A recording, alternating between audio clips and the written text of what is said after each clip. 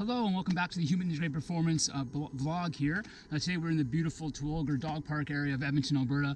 I'm doing some cycling today, and it really just was challenging myself with fear and dealing with a lot of clients lately on dealing with fear. And so I wanted to do a post on exactly how I myself deal with fear, but also how we get athletes and just individuals in general to deal with fear in situations they might be experiencing. So today, there's been a jump here at the Tuolgar Dog Park that has been very difficult and very anxiety-provoking for me in my skills. I'm by no means a professional bike rider or anything along those lines, but I really want to do this jump.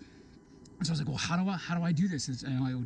For probably the last 2 years, I've been trying to do this jump and just haven't had the courage to go ahead and do it.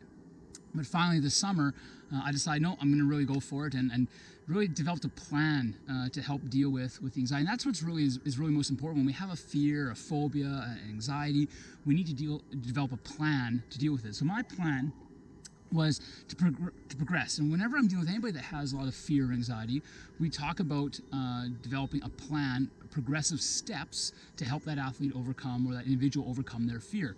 So whether it be a bike jump, whether it be presenting in front of public, or maybe it's just applying for a new job, there are tons of steps that we can create and take to help us be more successful. So we had to create some steps. So the first step was just to go over just down the hill and a small jump and get comfortable with that and build the confidence. That's really the key part, is that with every progression that we make, we have to develop the confidence before moving on to the next one. Because if we don't do that, we're not really conquering the fear.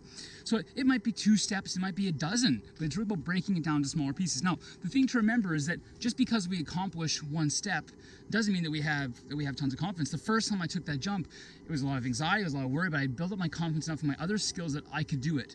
But after the first time I did, I was like, oh, I'm very proud of myself, very excited that I did it.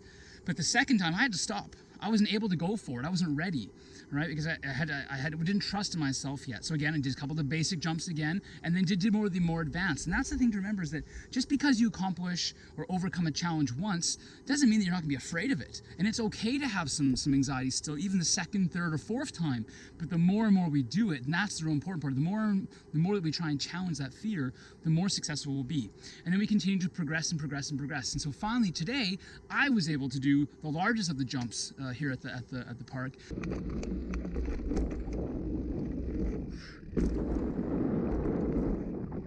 With confidence, without any fear of going for it. So again, if you're having a challenge with fear, anxiety, and overcoming and having the courage to move forward, break everything down into some smaller steps, and ultimately you'll have much more success.